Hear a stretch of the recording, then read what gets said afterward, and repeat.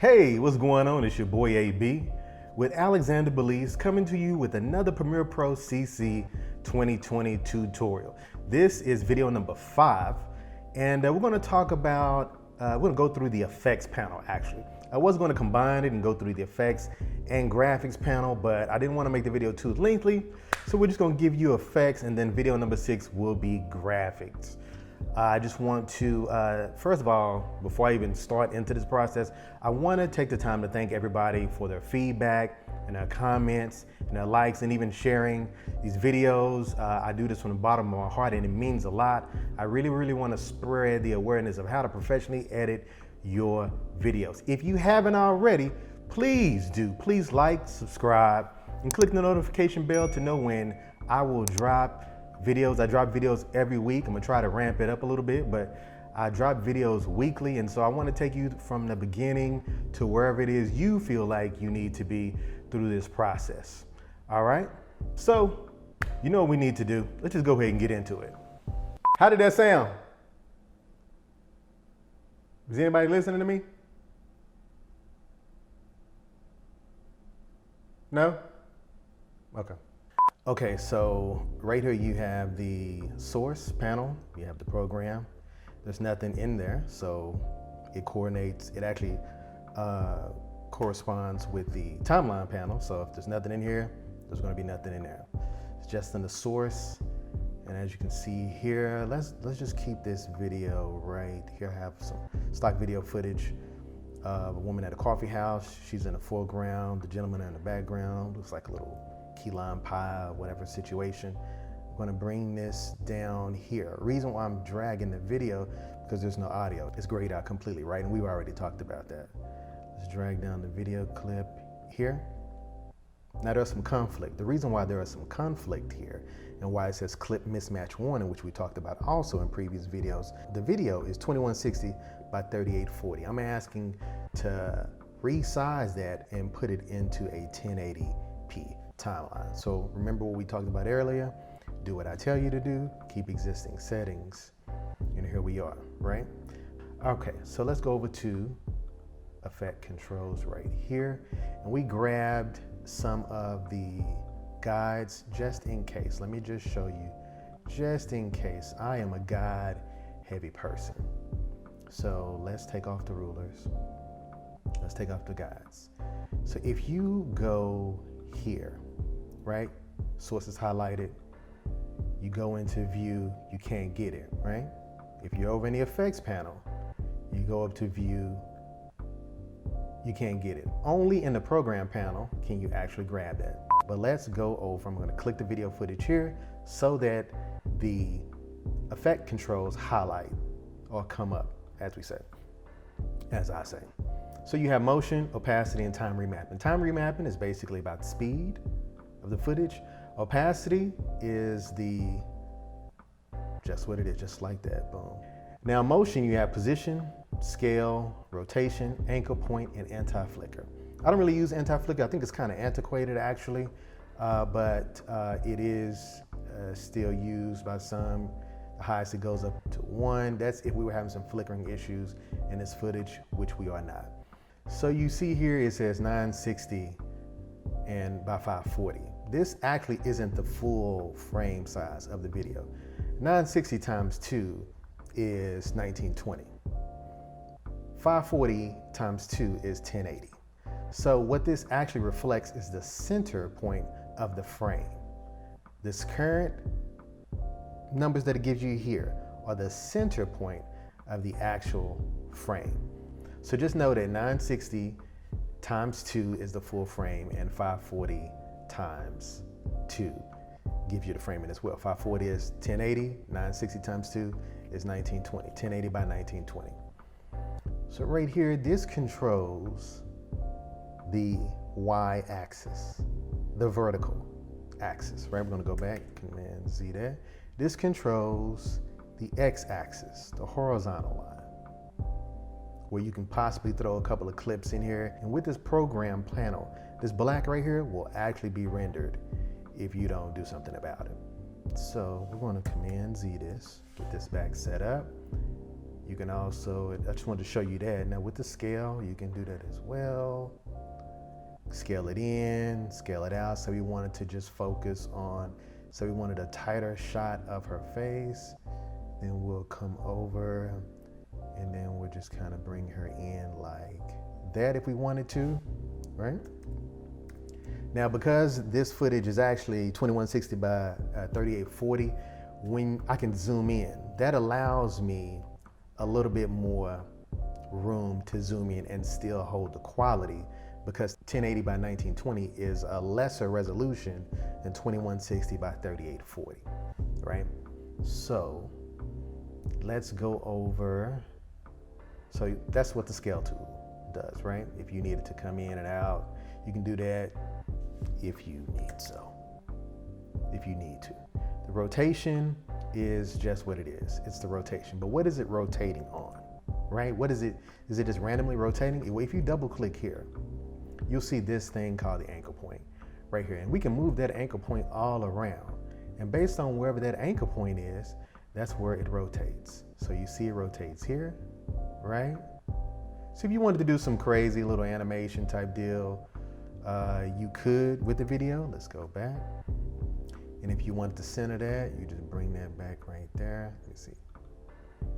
You can just bring that back right along there, and that controls that. Whenever you see this little icon change right there, that's when you know you're over the anchor point. As you see here, you see that brings that, right? You see how it affects the scale on the left side right here? Watch when I come in and I mess with those. Even if you kind of bring that around the corner, you'll see how you can just use it. Now it affects the rotation, right? Because we're rotating it, right? Okay, let's bring that back in like that. All right, so you can control the anchor point. You can move it based off that. If you wanted to just move the anchor point over here, you could do that as well. And now when you rotate, it rotates based off of that. Okay. The opacity, let me show you, let's bring in some more footage. Let's bring in something that has nothing to do with it. So we have another timeline here. Let's unlock this from the previous episode. Let's bring this underneath. We're gonna click and hold. If you hold it in the control panel, then it'll bring it down. I'm going to bring this, let's bring her up and this underneath. And this is not gonna look aesthetically pleasing, but this is just trying to show you what's going on with the opacity. So if we unclick that and then we move the opacity of the first, making sure we're clicked on the first video, right? Because I was clicked on the second. Make sure we're clicked on the top layer and we move the opacity. Yes, we want to delete the keyframe because I'm trying to show an example. Thank you, Adobe, for helping me out. Then look, now you can kind of see how that blends? And you can select, then we go into the blending mode, whether you want to multiply it, whether you want to color dodge it. You can really do a lot of creative stuff with this. You know, it's nothing I personally use, but I wanted to at least show you. Hey, what's up? I see. So I wanted to at least show you what this actually does. We're going to reset all of this, but that's what the opacity does. And say you wanted a blend. Let's move this over. Let's move her over right quick. We're working with the previous footage. Say you wanted it to just kind of, say you wanted it to fade in and fade out. There's a couple of things you could do. You could do this. You could go cross, dissolve. There's nothing to dissolve it in, so it's gonna fade to black and bring that in nice and dramatic. Huh? Look at that. But what you could also do, if you wanted to, let's remove that. You could come here and work the opacity of this.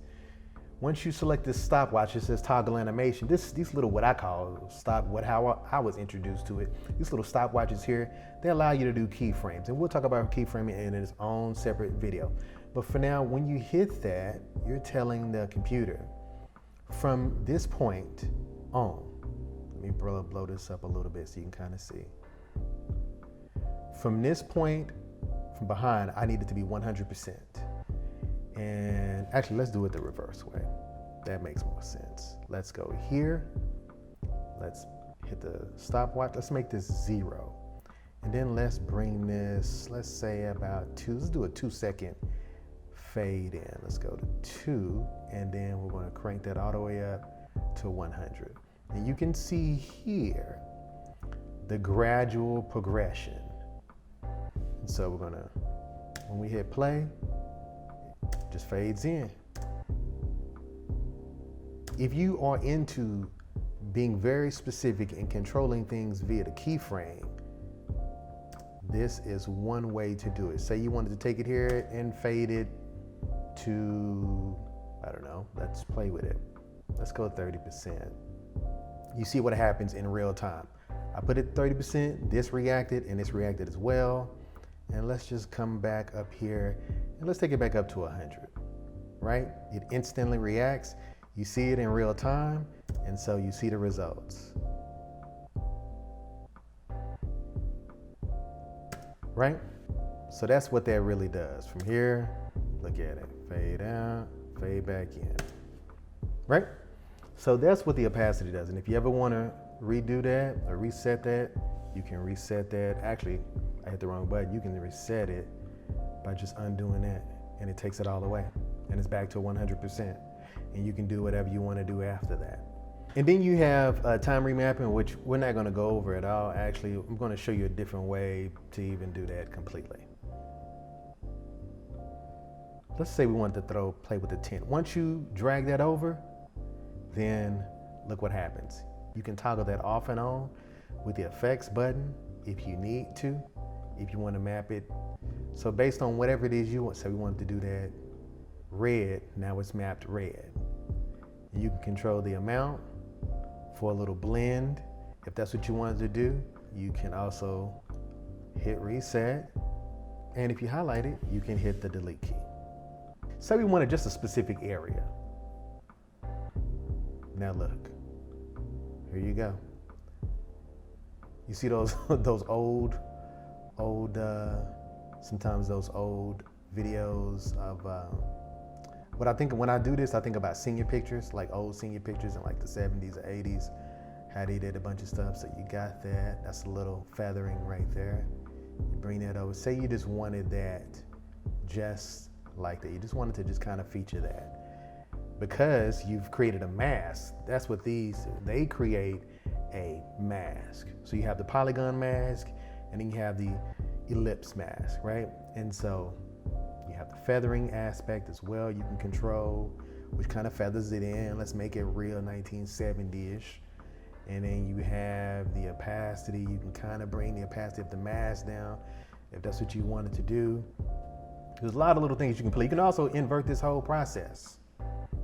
So there are a lot of things you can really, really do just without adding any major effects from the effects panel down here. Yeah, this is just the initial stuff that you get. I only have motion, opacity, time remapping. I'm not putting in any high-end effects or anything like that, just the basics.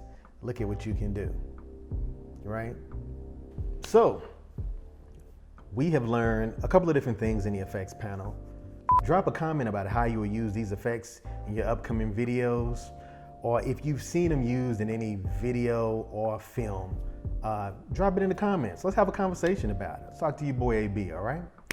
Please don't forget to subscribe, like, hit the notification bell to find out when I'm dropping new videos every week. This is lesson number 5. I'm gonna see you in 6. I'll let you.